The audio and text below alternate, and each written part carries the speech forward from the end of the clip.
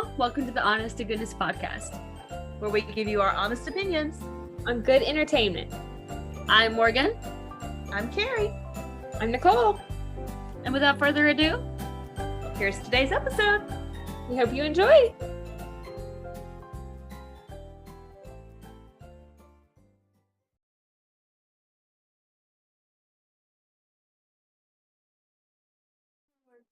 Hey y'all, welcome back to the Honest to Goodness podcast, where we give you our good entertainment. I'm joined by my lovely friend Eva from Indiana, and also my daughter Bella and my little dog Precious. Y'all met before. And yes, y'all are gonna say it. We look a lot alike. She is actually not biologically mine.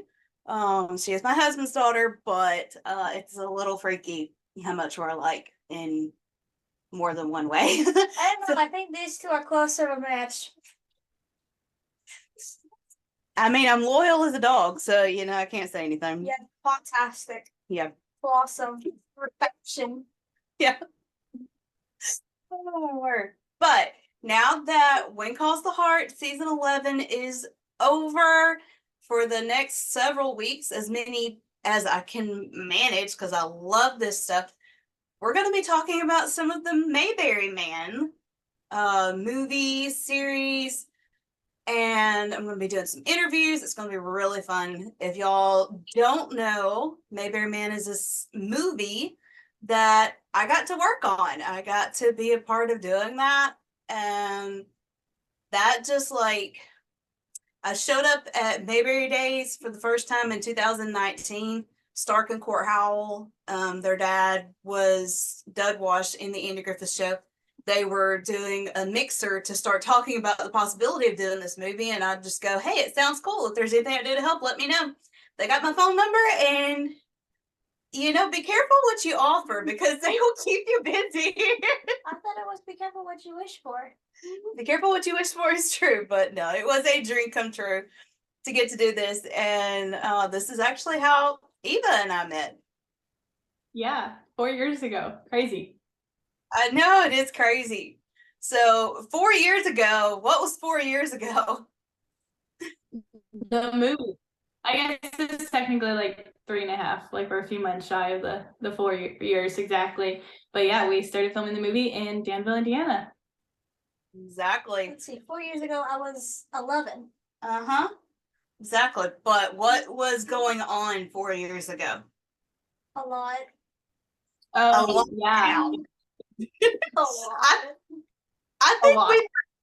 I think we forget that we filmed in the middle of COVID lockdown because we were all so busy. Yeah. 100%. Yeah. That was interesting. Oh yeah, it was interesting for sure. But it definitely made it easier in a lot of ways to film the Mayberry Man movie. 100%. Yeah, because everything was shut down. People were staying at home, so it was easy to shut down streets and do whatever we needed to do to have areas to film or whatever without inconveniencing people. So from the time I was 10 years old, I wanted to work in film. Obviously, I just told y'all how I got to be a part of this. Eva, how did you get to be a part of filming this movie? A happy accident.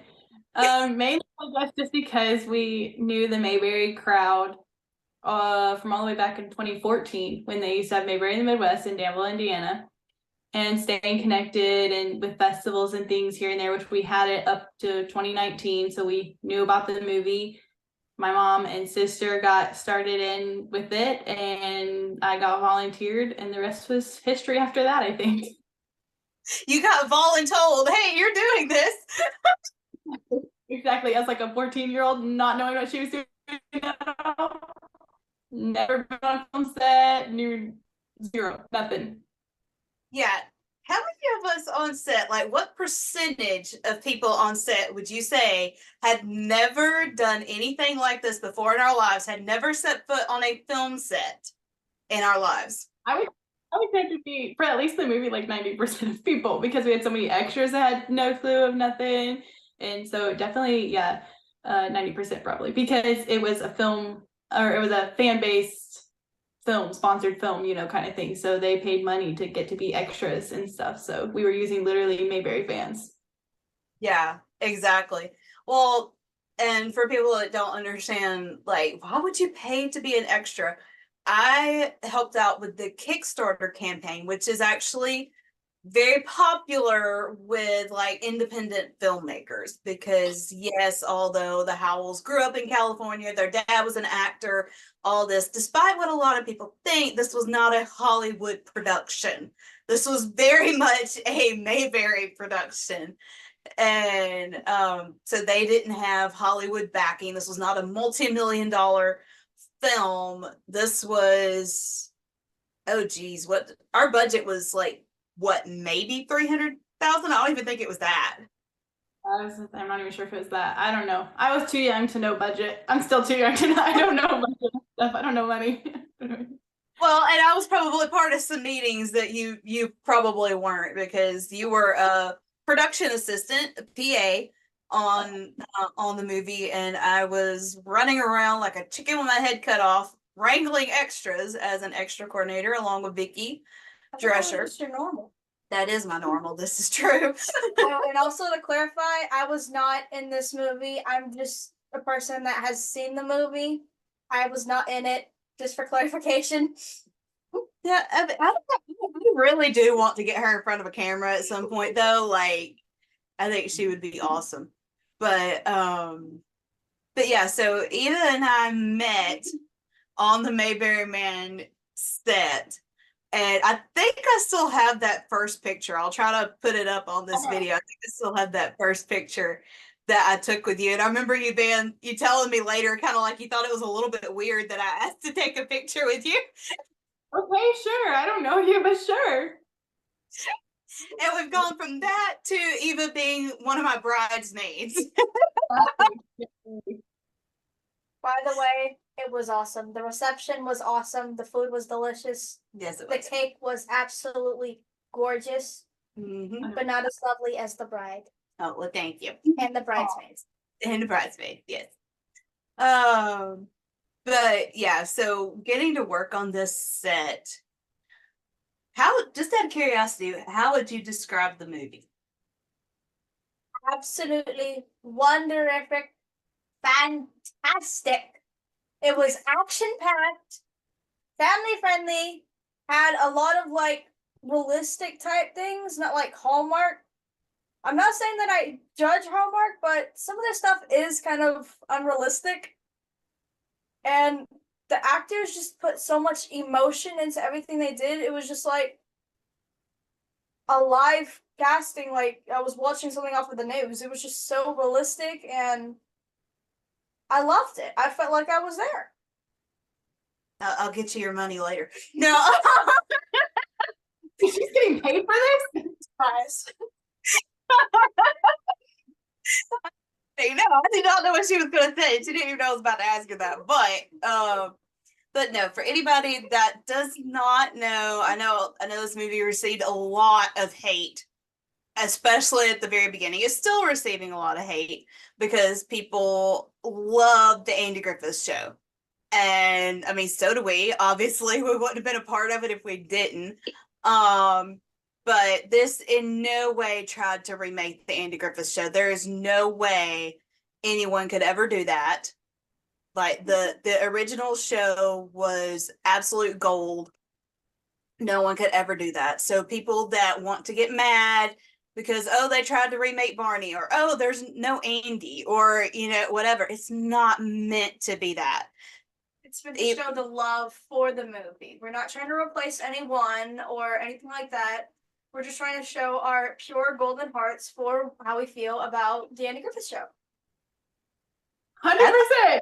You're right. I'm just gonna let her take over. Also, this Kerri. is my first podcast, so if I'm shaking or anything, I do have slight anxiety. Yeah. But no, Eva, you mentioned the Mayberry in the Midwest Festival that lasted until 2019 was going to be the last year of that. Now they've started the Mayberry Sorry, go ahead. technically, they were gonna have it in 2020. It's just because that was pandemic time, it got canceled. So then after that, it was just never brought back. I gotcha. Yeah. And then they've done the Mayberry Comes to Scottsburg. Also now in Indiana. That was the second year. I got to go last year. You just finished being there for this year. Yep. Yeah. It was a really fun weekend. Yeah. And then the Mayberry Days Festival in Andrew Griffith's hometown of Mount Airy, North Carolina. If anybody goes to any of these festivals, you will see all of these tribute artists that are in the movie. You will see it any Mayberry festival that you go to, and there are a lot more, like different little festivals. I know they do the Mayberry I Love Lucy Day in I think it's Granville, Tennessee, and so yeah, there's all different ones. There's not just these couple, but those are just the ones that are coming to my mind at the moment. Sorry, that was my dog barking. Also, Mayberry Fest is actually where my dad ended up proposing to her. And wasn't it Mount Airy? No, Mount Pilot. Isn't that near? Yes, near Mount Airy. Yes. So yes, I got proposed to on at Mount Pilot, but it's Pilot Mountain technically in real life. But yeah. At Mayberry Fest or any Mayberry Days, but yes. Days. Yeah. I'm not sure what the difference is. She'll explain that to me probably later. Copyright is what the difference is. Plagiarism. Exactly. That and major fans will get mad at you for saying it wrong. So, but Mayberry Fest is the movie in the movie, and Mayberry Days is the event in real life. yes. I'm based in Georgia. All we have down here is music and sunflower festivals. Excuse me. Everywhere. But anyway, so if you show up to any of these festivals, you will see all these tribute artists that you see in the movie, and they're doing basically the same thing. These people have been doing these skits for 20 plus years, some of them. And like Alan, that is the Floyd tribute artist, he has the Two Chairs No Waiting podcast that so these are people that have been doing this for years. And Eva talked about she got involved. Say what now? Even decades, like more than years, decades. Some of them have been doing it for a couple decades. Oh yeah, for sure. And so to people that want to get upset by that, you've obviously never been to a Mayberry festival. I'm just saying, if you show up to any of these festivals, you will recognize just like background extras and whatever. And we're not trying to say this is the only fan base of the Andrew Griffith Show. Not at all. We realize there are people that have never been to these before, but I will say that I personally believe this is a core of the Andrew Griffith fan base, is these people that travel states to go to every one of these festivals, and tribute artists and just the townspeople alike. It's like a whole little family. Exactly. What we're talking about over the weekend is it's a family. It is. Absolutely. It really is. But the movie itself, just to tell y'all a little bit about it, it is not a remake of the Andrew Griffith Show. It's actually it's a modern day story, and it is Hallmarkish. But it's a modern day story of a big shot Hollywood actor, and we'll talk about the actors here in a minute, but a big shot Hollywood actor that gets busted for speeding in a Georgia town. As a Georgia girl, I'm happy they threw that in. But Georgia girls, thank you very much. Yes, thank you. I'm sorry. But that he gets busted for speeding, and turns out his dad was in the Andy Griffith Show. Now, all of this is fictional. Before anybody gets mad, all of this is fictional. But his dad was the original actor in the Andy Griffith Show. So instead of getting like a fine for his crime, because the judge realizes he's got all kinds of money, slapping him with a fine, he's just going to pay it. He's not going to learn his lesson. So he gets sentenced to go to Mayberry Fest. And I have seen people get mad that it was not called Mayberry Days. Oh. That again is copyright issue that we had to use a different name for it. We could not use actually Mayberry Days for copyright reasons. But he gets sentenced to go to Mayberry Fest where he is representing his dad. And he gets there and he is surrounded by what he feels like are a bunch of hillbillies, essentially. That what is this cult fan base? This show is 60 years old. What the heck? These people are weird. These people are stupid, whatever. And he just like gradually starts like realizing the importance of slowing down and Finding spirit. yeah, finding the Mayberry spirit, exactly. And of course, it is also a love story. So of course he meets the small town sweetheart, Kate, and like Hallmark unrealistic. They do like take their time with things. a little bit. I mean, he tries to like totally flirt. well, yeah, he's a Hollywood actor. He's used to girls falling at his feet. So He's a Hollywood actor that comes into a small town where no one really knows him, and he cannot believe it. He's like, oh yeah, everybody knows him. exactly. It's hilarious to watch that reaction too, because he's this big shot actor and he comes into town and like legit nobody knows who he is. He's like, what's the line? Like, you have a theater in this town, right? Theater in this town, right? No. No, we got a real announcement. They did smoke grades last year. They moved the ladies' room from the upstairs level to the downstairs level. Real classy move. Yep. Oh my gosh. But yeah, to just watch this little story play out, and to watch Chris Stone, the lady man, to watch his transformation, and there may or may not be a little or not guardian angel, but essentially Yeah, kind of a Mayberry angel something. yeah, in that, and just to watch his transformation and to see him go back to mend a relationship with his father that had been broken. This is Mayberry. Yeah, that's Simba. Chill, woman. Chill. Y'all know we're raw and unedited. Just roll with it. But anyway, so to watch that and to see him mend that relationship, even kind of with his brother, so would you like to like talk a little bit about the actors that are in it? Because you're actually fairly close to one of them. That is true. That is true. She says that because Brett Marvel, that plays Chris Stone, actually lives in the same county as me, next town over, and I babysit for him and everything, and go to church with some of his like his parents and all this stuff. So yeah, we're really close with them. Great family. So yeah, you got Brett Marvel that plays Chris Stone. You have Ashley Elaine that plays Kate. Jacob Winter that plays Shane. I don't have a list in front of me, so I'm just pulling this out real quick. Oh, you're good. You have all the tribute artists. We have Rick Roberts that plays Barney, Alan Newsom that plays Floyd. We have Chris Bowman that plays Gomer. Eric Bowery that plays Mayor Pike. Yeah.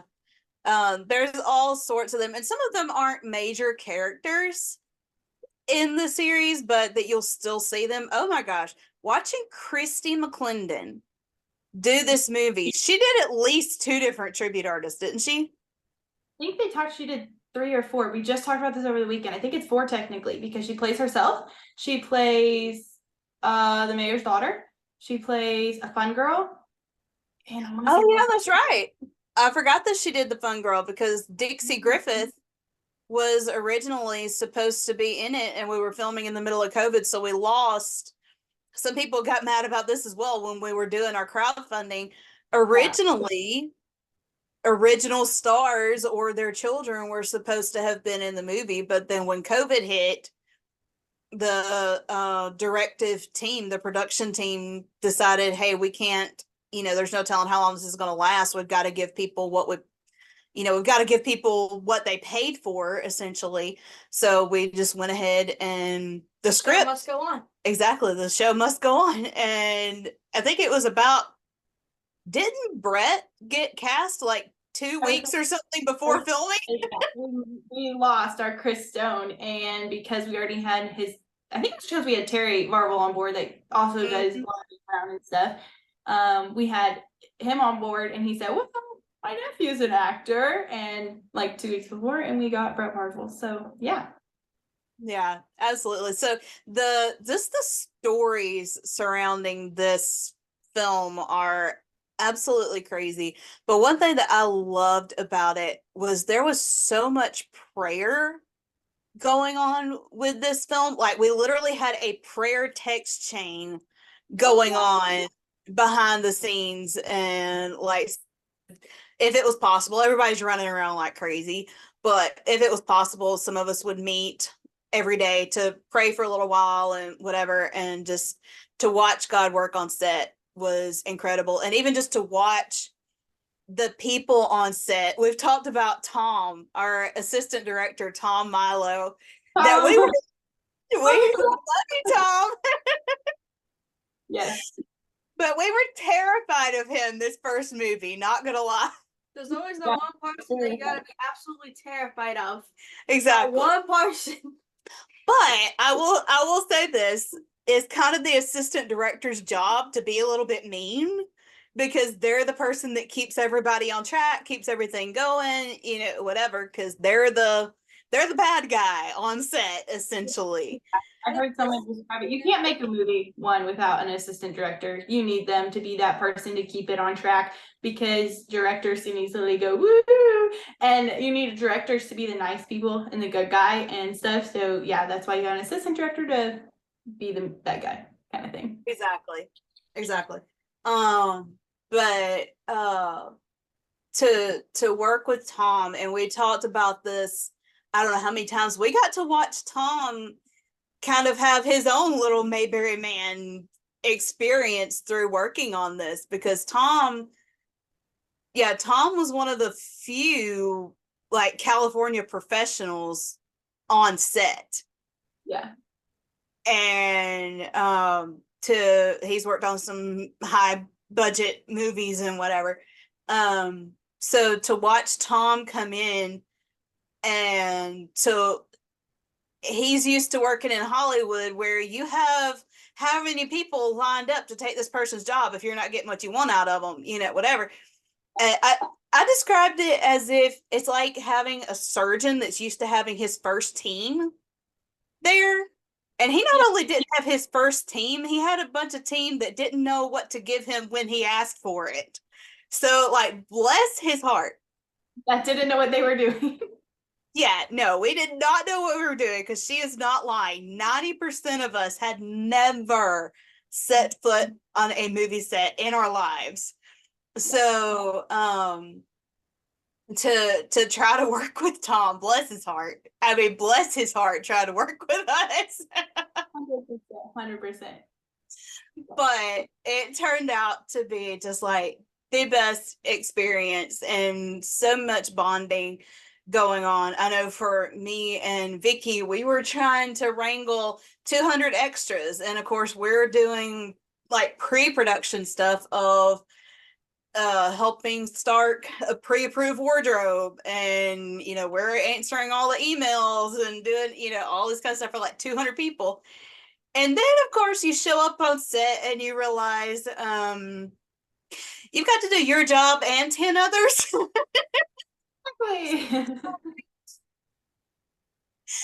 And believe it or not, y'all, we did not get paid for this. Exactly. We all volunteered. We all actually put money into it, because for us, and I've heard the Howells say this so many times, but it really is the truth. They were selling an experience. 100%. Is really what they were doing, because your average person is never going to get to do this. And so to do this as a Mayberry family, and to Wow. This made a lot of people's dreams come true. I know, like I said, for me, it had been a dream of mine since I was 10 years old. It's like a dream that I didn't even realize I had. Like, if Yeah. that makes sense. I didn't even know that I needed film in my life and wanted to do that and maybe even make a future with it, kind of thing. So yeah, for sure. Yeah, absolutely. And we got each other out of it. That was a great bonus as well. You just have to live in Georgia. I know, I'm sorry. It went from a bunch of strangers to a family, a community that just pulled through, worked together to make this very heartfelt movie. I mean, there was no like it didn't feel like they were reading lines or anything. It just felt so real. That's a lot because that's what these tribute artists do. Like I said, they've been doing it for 20 years. Yeah. And, oh my gosh, do you remember Eric Lowry? He has a double role in this one as well. He is the judge that sentences Chris Stone, but then he actually shows up to Mayberry Fest as his normal tribute artist of Mayor Pike. Yeah. But do you remember that his was like the first scene they shot? Yeah. It's the first scene of the movie. I was not on set for that first day. So don't ask me any questions on that because I wasn't there for it. I was on set, but it was a closed set because, again, COVID. So I did not get to see this scene filmed because I was an extra coordinator and they had like maybe 5 extras. So they didn't need me in there. So I was kicked off set for this. So yes, I'm mad. I'm mad. I didn't get to say that. Rude. Oh my gosh. But no, I remember, Stark, like, because he realized yes, these people have been doing this for however many years, but also at the same time, it's 100% different to do it on stage in front of a bunch of fans that it doesn't really matter if you mess up than it is to be in front of a camera. And director directing you. So it's all about what the director wants too. If something was in it, cut back to one, do it again. Like, we're going to have nightmares with that phrase. my first day on set, that was everyone's nightmare. That was my first day on set was second day of filming. And it's when they film the courthouse scenes down in Danville, Indiana, on the courthouse, and there's cars and people walking, and they're filming in the lawn. And there was a lot of scenes there for that. And everyone walking had to keep going back to one. And people were getting sunburned and things were happening and they were like, oh my goodness. But yeah, so that was my first experience, was back to one, back to one, back to one. Quite a lot that day. I didn't have to do it. I was just hanging out at the crafts table, which is where the snacks and drinks are. They call it craft services. That's what I was doing. But yeah, I was watching everyone go back to one, back to one. And if y'all don't know what back to one means, it means you go back to your starting position. And then if they're needing something slightly different, they'll reset everybody, walk however far this way, okay, stop, whatever. So if you've never, and if you watch closely, that's little movie backstory there, I guess, Yeah. And I was an extra along with being an extra coordinator. So that's actually one of the scenes you can see me in when they're walking. Of course, I can see myself in. Nobody's going to see my face because we're background. But that I see myself walking around out there with that.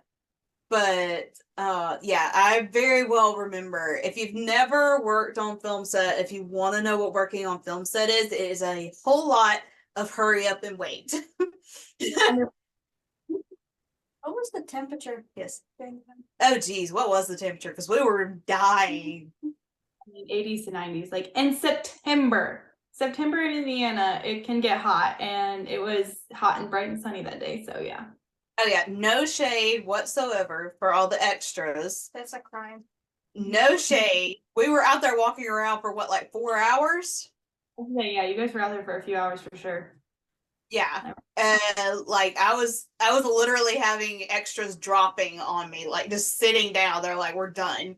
You know, because these are not professional extras. Yeah, a lot of it is you had your elderly people because it's the fans of the show. And so, yeah, you had a lot of that. And it was some interesting conditions for sure. And you guys had already filmed that morning the stage scene stuff, which I was not a part of there, but I know that where like Karen Knox speaks and stuff. And so that was like over and over and over. I know a few times then as well. So, yeah, people didn't know what they were signing. No one, even me. And I'm sure Kerri didn't either knew what we were signing up for in the beginning and how long the days actually are and can pull on you and everything. But it's all a good experience. Yeah, I think I was doing good. I think the day that I like just had it was when the mouse ran in the bathroom with me at 3 o'clock in the morning. I forgot about that. Okay, so I don't know how this works on a regular film set. I'm sure there are a lot of things that, you know, like a Hallmark production or, you know, Hollywood production or whatever. I don't know how that works. But we were getting call sheets at like midnight for the next day. And then we have to sit there and figure out, okay, who do we need for here? Who do we need for here? Like we're having to divide all this stuff, see how many extras we're needing, send out all these emails. I wouldn't even go to bed until 3 o'clock in the morning almost every night. And then, so yeah, yeah. And then be there at 6. And so that particular morning, yeah, I had like just finished, went to the bathroom, a mouse ran in the bathroom with me, and I didn't even have the energy to scream. I just looked at it. From Mayberry Man to Stuart Little. It ran out of the room, and I'm like, I'm done. I am so done. And went to bed, got up at 4, and was back on set at 6. So yeah, I literally got to lay down for 1 hour that night, and we filmed for what, like 3 weeks? I think we filmed for like 3 weeks, counting North Carolina as well with that. Yeah, for the movie Yeah. we did Yeah, because we did 2 weeks in Danville, well, Henderson Yeah. County, in Indiana, and then like when we I don't know if we were a full week in Mount Airy or not. I can't remember because we were also there for festival. Yeah. Well, and then we were supposed to film a little bit more in Indiana after that, I think, and then that fell through because That was for the series, right? was that for the series? That happened for the series. I don't know if that happened for the movie. Oh, but I think we came back and filmed actually for the movie. Yes, that may have happened. We already came back and got to film. That's more. right. But for the series we were supposed to, and that fell through and didn't work out. Yeah. And for those of y'all who don't know, the series picks up where the movie left off. It's a little 5-episode mini series, and it is streaming right now on Up Faith and Family, which is a huge deal. Like I was so excited to find that out. But yeah, to work with all these people, and it was so fun. Like we were, what was the shirt we said we came up with? It was something along the lines of, shoot, we're filming on my phone because I have it on a note in my phone. Man, It was something like no sleep, no food, no pay. We're insane. Hashtag how may I help you? I think that was it. Yeah, that was pretty darn close. Yeah. Because it's like we did not have any time to eat. Literally. Because like while all the extras and all them are eating, we're running around trying to get everything set up for the next shot. And like we had no time to sleep, we had no time to eat. We were volunteering, so we weren't getting paid. Right. And yet for some stupid reason, I mean, we literally are insane. For some stupid reason, we kept going, is there something I can do? What can I do? What can I do? You know, whatever. Like we're volunteering for this punishment. What is our problem? We're volunteering for this punishment. That's funny. I like that. That's another shirt. We volunteer for this punishment. Yeah, that's funny. Ultimate mom shirt. Yeah.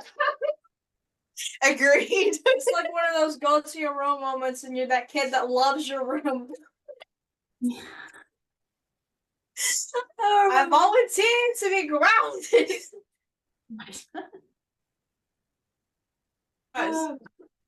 Yeah, so we filmed this movie in 2020. It premiered, our little red carpet premieres in 2021. It is available to stream on Amazon Prime, Freebie.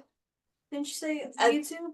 Yeah, it's on YouTube as well. I'm wanting to say Tubi. It is a lot of different places. I will post the link for the YouTube video in the description. Also, if y'all are like me and prefer having a hard copy of the DVD, y'all can see all my Mayberry Man and Mayberry Woman shirt, Mayberry Man hat. That shirt right there, I made so many people happy asking, like, I got cast and crew to sign it, and not just the major cast. I got all the extras I could round up at like red carpet premieres and stuff to sign it. The one that sticks out to me the most, the Apple guy. I believe his name is Matthew. That might be right, yeah. But I asked him to sign my shirt, and he was like, really? Are you serious? You know, whatever. So he signed it, and I heard him later on the phone, like he didn't even see me. He was walking past me, and he's like, dude, I just signed my first autograph. You know, whatever. Like, it was so freaking cute. It just like made his day that I asked him to sign my shirt. But yeah, front and back and sleeves, this shirt is signed by so many people from set, and it's very, very special to me for that reason. And of course, the little frame over here, I have my program and the lanyards from the Mayberry Man movie and Mayberry Man series premiere. And I have some other Mayberry Man stuff here, but squirrel moment, sidetrack. If you're like me and you like having a hard copy DVD, I will post a link. You can get them a lot of places, but I will post a link to where y'all can get it from Weaver's Department Store, which is run by Alan's wife, Jan, who is truly a powerhouse. People in the Mayberry community, she's not the front person that Alan is, but she is constantly doing so much, and we love them so much. They're so awesome. And again, Alan runs his podcast, Two Chairs No Waiting, which I also have a shirt of. It's just like framed up above up above the Mayberry Man or Mayberry Woman shirt here. But yeah, so many good memories from set. You did the night shoot. This is everybody's favorite part of the movie. I was not. I was so mad because there were no extras. Okay, yeah. So yeah, you did the night shoot 4 years ago. So a lot of, and we've done series since then and everything. So we need to like jump back into that time 4 years ago. Some things I have forgotten. So yeah, the night shoot, man. Wow. Yeah. So we had 2 night shoots back to back. And maybe that's what we came back and filmed, I guess, because I was like towards the end. So if we went to Mount Airy and then came back and filmed those 2 night shoots.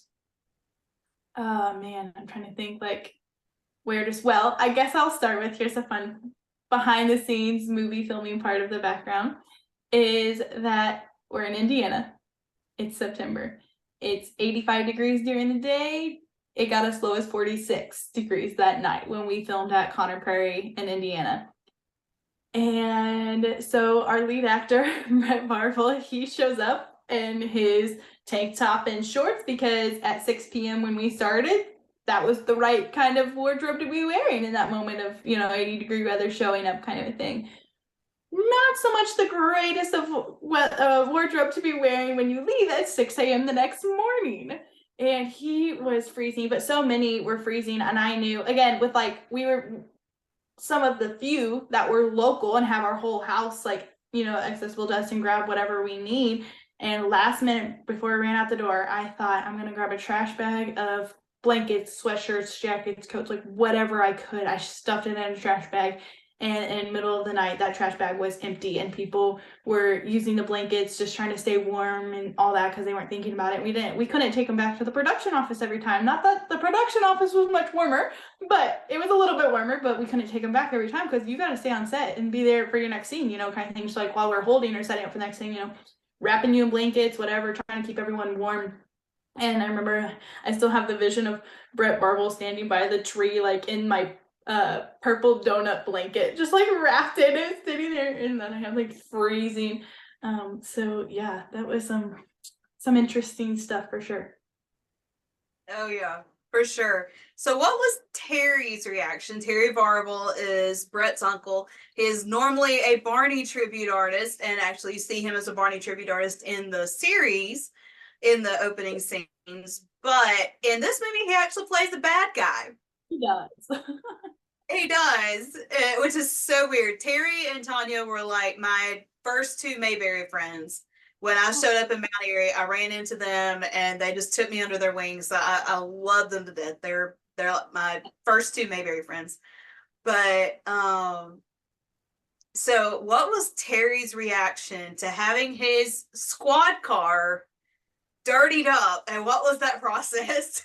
Yeah, so we also just talked about this over the weekend.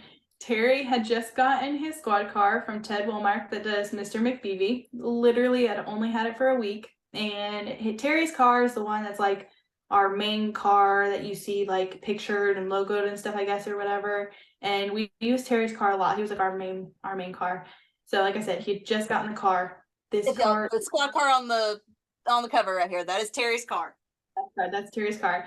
It's a nice car. He has like Ted had gotten signatures from a lot of amazing people in it. Like it's a nice car, and Ted did not just let anything happen to this car. Obviously, I mean it's a Mayberry squad car. You don't just like those are high dollar, classic cars kind of thing.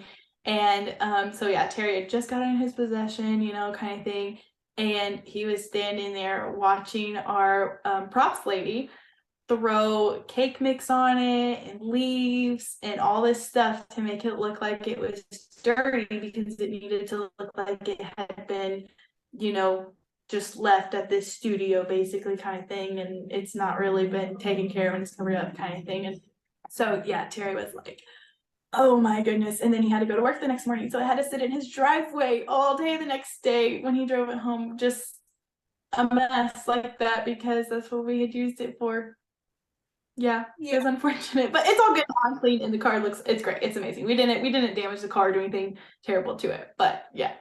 Careful what you agree to. That's the thing, is none of us knew. They're just trying to be nice and support and volunteer things, but no one knew what they were completely volunteering for. Yeah.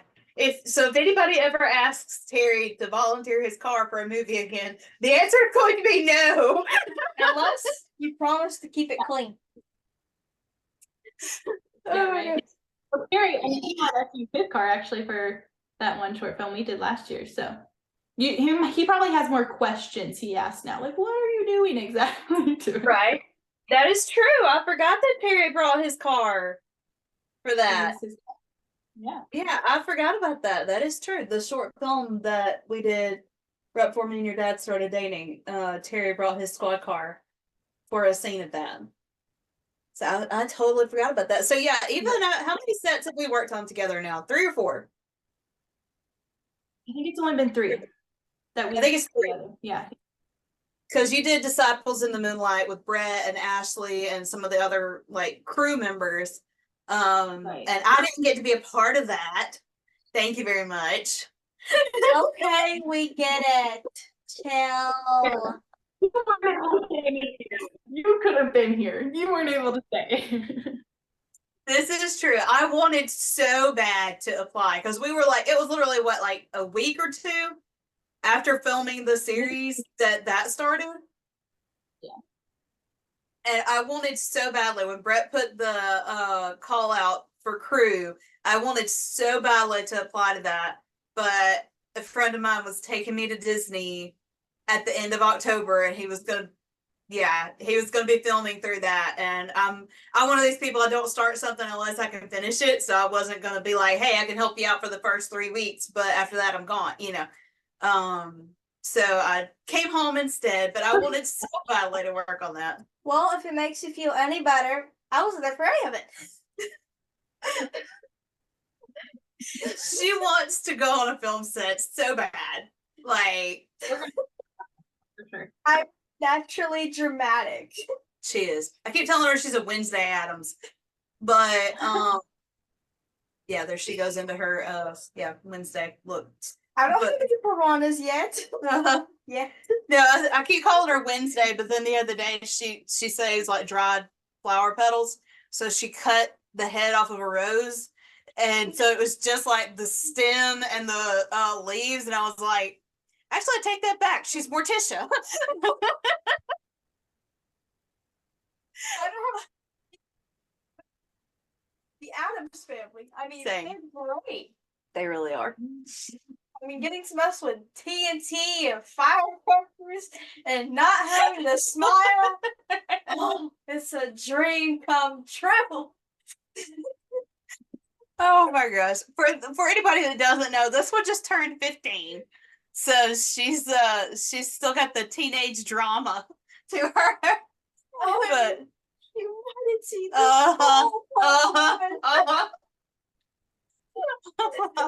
Anyway. Give me another batch of brookies. I'm sure they're writing her right now. They're making it up right now as you talk.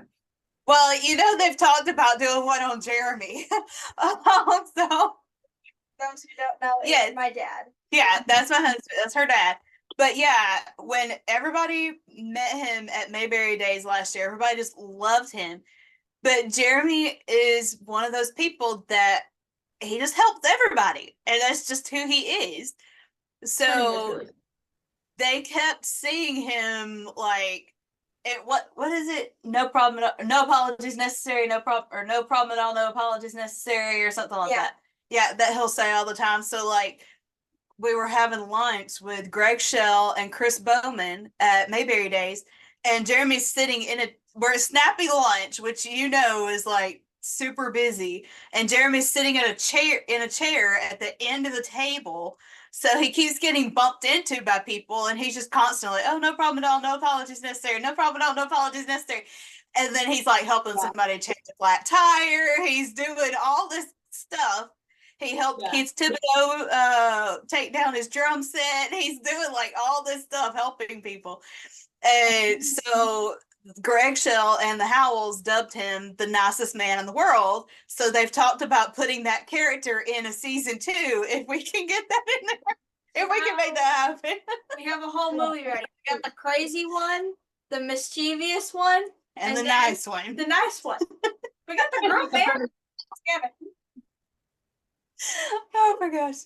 But we will definitely at a later point talk more about working on the series and stuff. But working on this movie was just absolutely amazing, and we got to meet so many really cool people doing this. It was so funny because like Karen Knott, every time I see her now, because she played herself in the movie, and of course she plays a different character in the series, but every time I see her now, she looks at me like, I know you, but I don't know why I know you.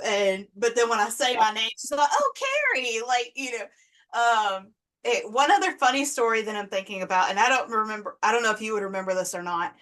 Do you remember the trouble I had with Gary? Gary Varble. Gary Varble. I don't think I know this. No. Every freaking time. Okay, Gary is Brett's dad. Just so y'all know, he's also a political cartoonist. I'm sure y'all have seen his art. He is absolutely amazing.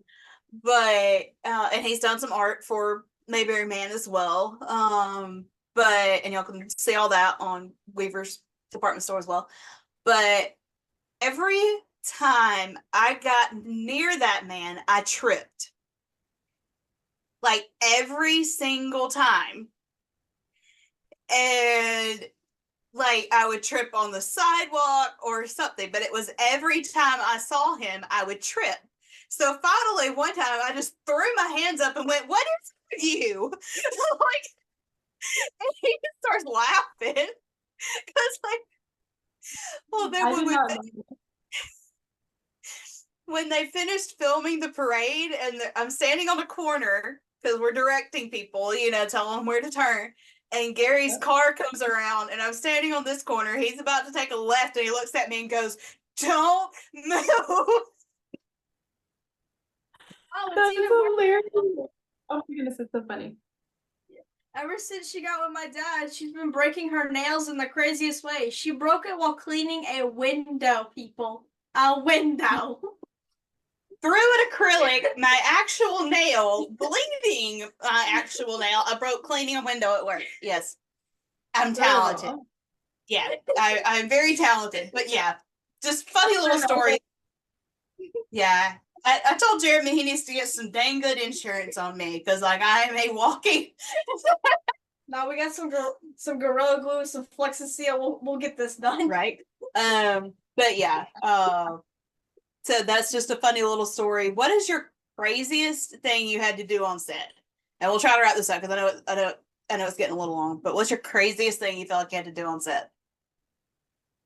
Trying to think, because I know what my answer would probably be for the series. I'm trying to think back to the movie. Oh my goodness. My craziest thing. Or just I don't know. or something. I'm gonna pick out this one just to make it really quick that really stands out in my mind. I want to say it was whatever parade day of filming, and when Tom Milo's phone had literally like died, and Ellie was mainly his PA. I wasn't a PA yet or anything. I was just on craft services. And I had taken umbrellas to some of the people waiting in the parade because it was getting so hot, and like Brett and different people and stuff to help keep the sun off of them because we did not need sunburns or anything. And like I said, it's September and like 80-some degrees, and he's like in his jacket and everything. It's kind of supposed to be like, well, I guess it is supposed to be like August, so it's like technically, so it's kind of warm. But anyway,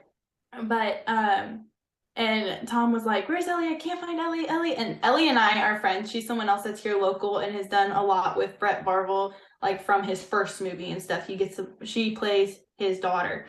And so and I was like, "Oh, I was like, my friend's not about to get in trouble here, kind of thing." And I had no clue what I was doing, but she was in the parade doing something else and helping with that. He just didn't remember. And I was like, "Oh, like, I'm right here. What do you need?" kind of thing, because I can help you. He's like, "Got a phone?" And I'm like, "Yeah."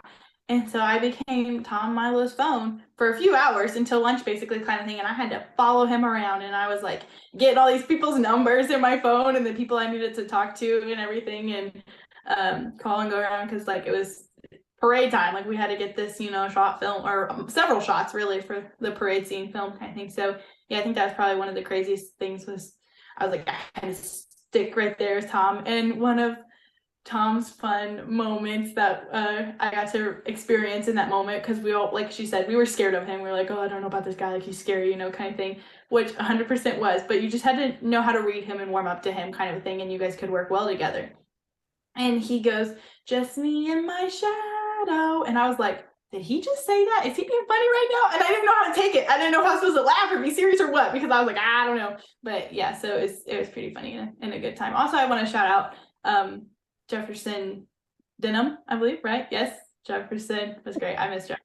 He was a fun. I just remembered him because he was one that I had to like get. That was one of the memories to go along with it. That was funny because I had to get his number in my phone and talking to him, calling him, and I had called him one time and I was like blah blah blah blah, trying to tell him whatever and say my stuff.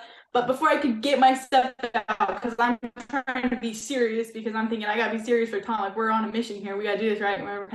And Tom's like, "Hi Eva, like missed you," and I'm like, okay, like I'm trying to tell him what we're supposed to be doing. So anyway, yeah, Jefferson, love him also. Yeah, Jefferson was the person that when I would like run up to him on set to tell him something or whatever, he would go, "Wait, and give me a hug," and then he'd be like, "Okay, you're good now. What do you need?" And I'm like, "Well, thank you. I wasn't looking for a hug, but But my craziest memory was not necessarily from filming itself, but when we all went to Cracker Barrel that night. Yes. And again, middle of COVID, so they're keeping all the tables separate. You can have more than however many people in your group, whatever. and we're trying to pull tables together because we had like 30 or 40 people in our group, and the manager's freaking out, waitresses are freaking out, y'all can't do this, blah blah blah. And we're trying to explain to them, look, we're all working on a movie set, like we've all been together, none of us are sick, we're testing every day, et cetera, et cetera. And I was like, we've basically been living together for a month, and Tom just like, his eyes got big, like he couldn't believe I had said that. I'm like, what do you call it when we're getting 3 hours of sleep a night and we're together the rest of the time? And he's like, okay, valid point. And then Bill bought everybody's dinner that night. You remember the look on Tom's face? The look on Tom's face. But I've heard about it, yeah, and I can only imagine, what that was like. She's talking about Bill Wright that owns the Royal Theater in Danville, Indiana. If you're local, definitely check it out, or if you're gonna stop by, it's definitely worth stopping by and checking out for sure. Bill and his family they're absolutely amazing. Bill is like a big teddy bear. I love him to death. Like, he is the best person you could hope to meet. He is so sweet. For sure. And they supporters of us and helping us out for sure with the movie and the series. Bill's in the series. I think Bill's in the movie, right? I'm trying to think what his character is, but then he is. Yeah, he's one of the cops. That's right. Yes. I was like, I thought he was. Bill's one of the cops. Then his daughter Emmy is also in the movie, and then she has a bigger part in the series. So you'll have to pay attention to her for sure. Exactly. Oh wow. Well, guys, y'all can tell we could talk like for hours about this because we literally lived together and filmed for like 3 weeks on this movie set. But we will call it a day on this for today. But Eva will be back more to talk more about the series and maybe be a part of some interviews if schedules will allow, to do some reunions. So we're gonna have some fun. So hope y'all enjoyed. If y'all have any questions about the movie or the series or whatever, feel free to comment below.